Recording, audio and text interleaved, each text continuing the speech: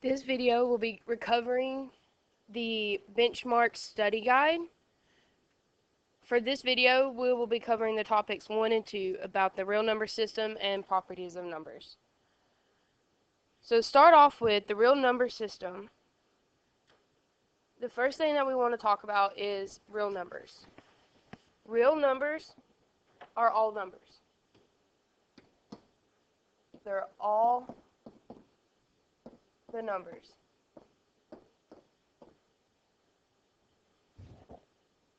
The next numbers are irrational and rational numbers. Irrational numbers are numbers that decimals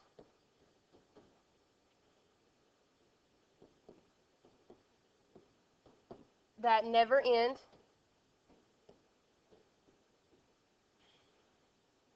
and have no pattern.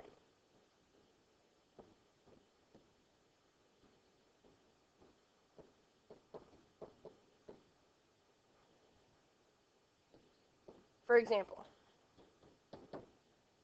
pi, square root of 2, negative square root of 5. Those are some examples of an irrational number. So if the numbers aren't irrational, then they have to be rational. Rational numbers are fractions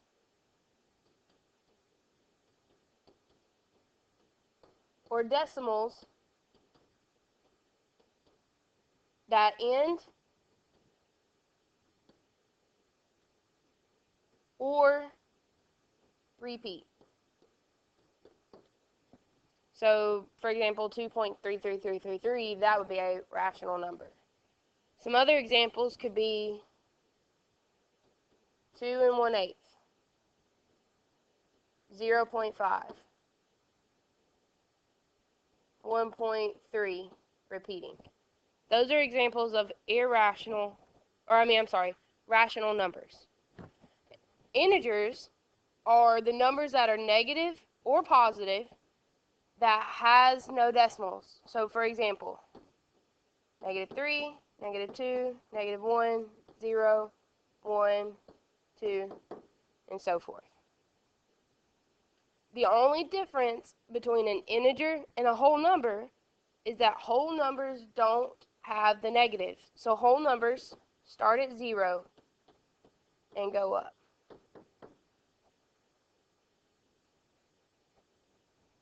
Natural numbers are almost the same thing as whole numbers, but instead they don't have 0. So they start at 1. I just wrote 3 twice. And go up. So let's look at some example problems and name all the sets to which each number belongs to. Well, when you look at a number, you need to simplify it first. 1 5/7 cannot simplify. So I have to ask myself, is it a real number? Yes. So I'm going to use the letter R. The abbreviations for the words are right here. The next thing you have to ask yourself, well, is it irrational or is it rational? Well, 1 5/7 is a fraction, so it has to be rational. And because it's a fraction, it cannot be an integer, a whole number, or a natural number. Number 2, -36/9. That can reduce to -4. So I'm not looking at -36/9, I'm looking at -4. -4 is a real number. It is rational. It is an integer, but it is not a whole number. It is negative, so it cannot go past integers.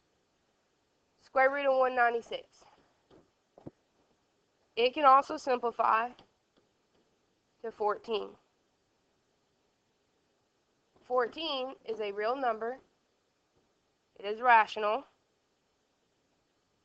It is an integer. It's a whole number. And it's a natural number. Pi minus pi equals 0. Therefore, it's real. It's a rational number. It is an integer. It is a whole number, but it is not a natural number. Natural numbers don't include 0.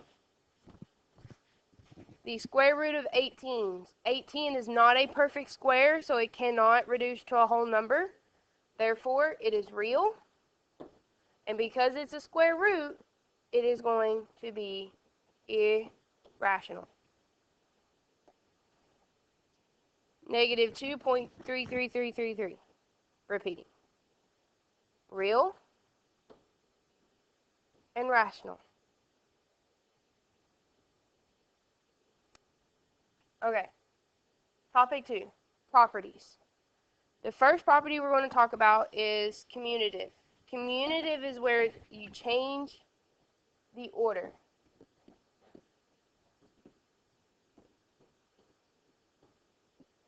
Therefore, if I have A plus B, it's going to be the same thing as B plus A. And if I'm not adding and I'm multiplying, it's still going to be the same thing. A times B will equal B times A. So that the order of the letters or numbers change. They're not in the same order. Where associative, the letters stay in the same order, it's just parentheses, or the grouping changes. So if I had A plus B plus C, my letters stay in the same order, but now instead I have A plus parentheses B plus C. The letters are in the same order. And it's the same thing with multiplying. If I have A times B times C, it's going to be the same thing as A times B times C.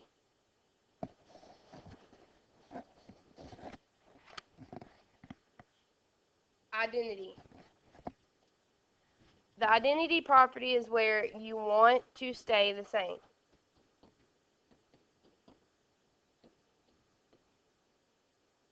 Therefore, what do I have to add to A to get A? My smartboard's messing up.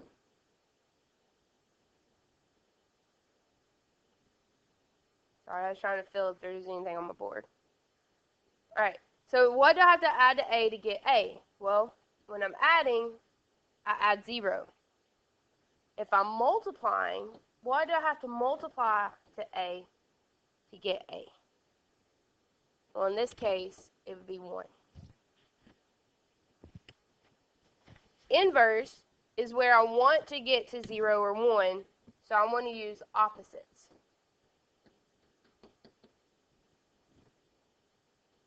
So what do I have to add to A to get 0? What do I have to multiply to A to get 1? Well, the opposite of a plus A is going to be a minus A. And the opposite of multiplying A to get 1 is going to be the reciprocal, which is just 1 over A.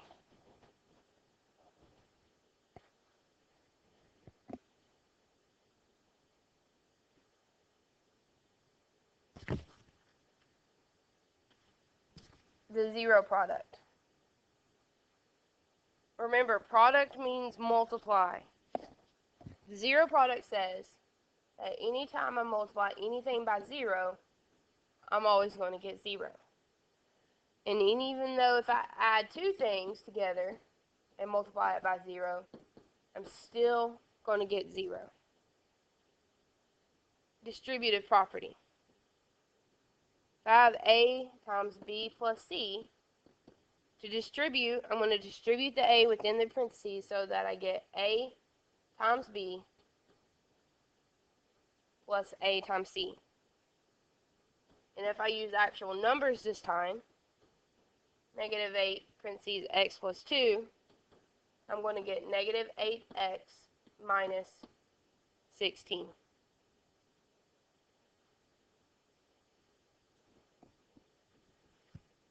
the reflexive property says that if I have A is always going to equal A.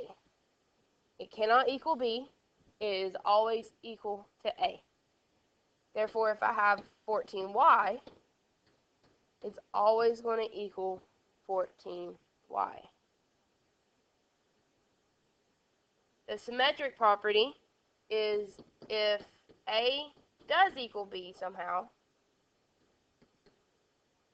then B will always equal A. So no matter what the order of the letters are, if it equals each other, the opposite of it will be true. So if A is equal to B, then B will equal to A. So for an example, if 5k equals 10, then 10 equals 5k.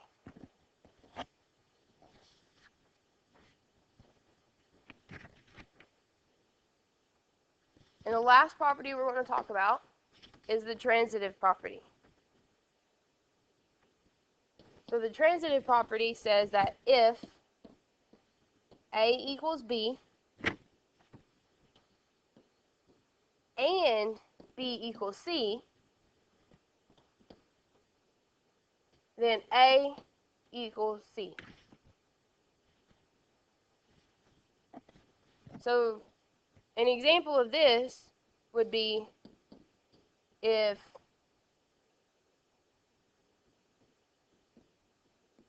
five k equals 10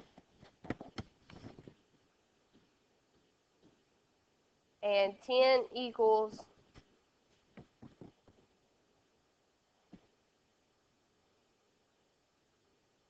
5r,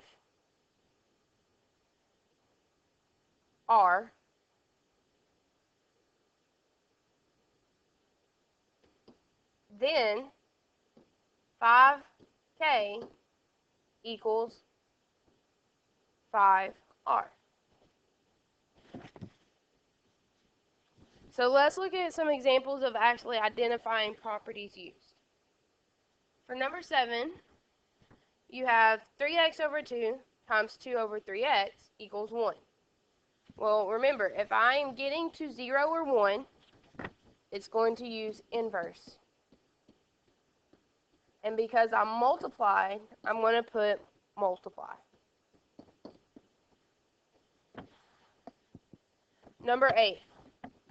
I have a set of parentheses with multiplying by -2, and then after my equal sign, the parentheses that go away. So therefore, I distributed the -2 inside the parentheses, so it's distribution.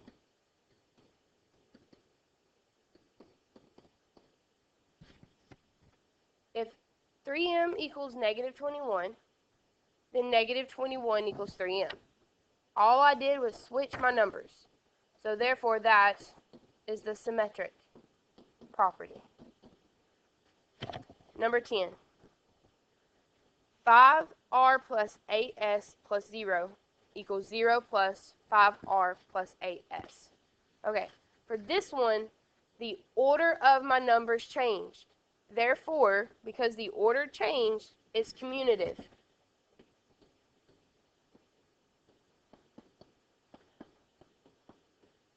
And I add, so it's commutative addition. If 2 to the third plus 1 equals 9, and 9 equals square root of 81, then 2/3 plus 1 equals 81. The square root of 81, I'm sorry. Square root of 81. This is the transitive property.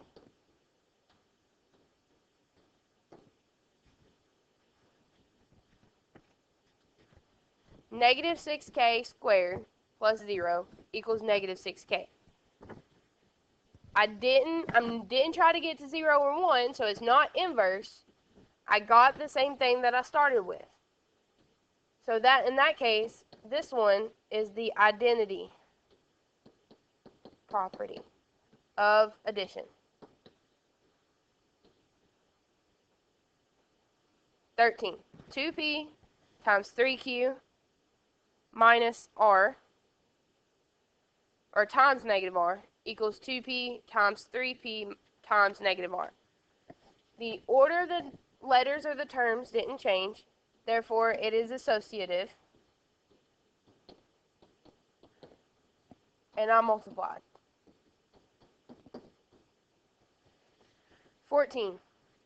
A plus B equals A plus B. I got the same thing without adding or multiplying anything. Therefore, that is the reflexive property. 15. 6y plus 30 equals 2 parentheses 3y plus 15. This is still going to be the distributive property.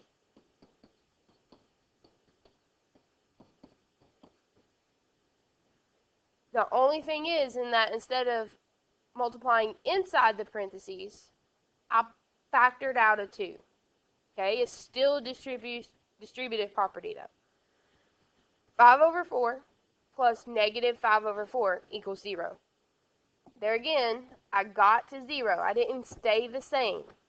So it's inverse of addition. If you still have questions about properties and the real number system, please ask.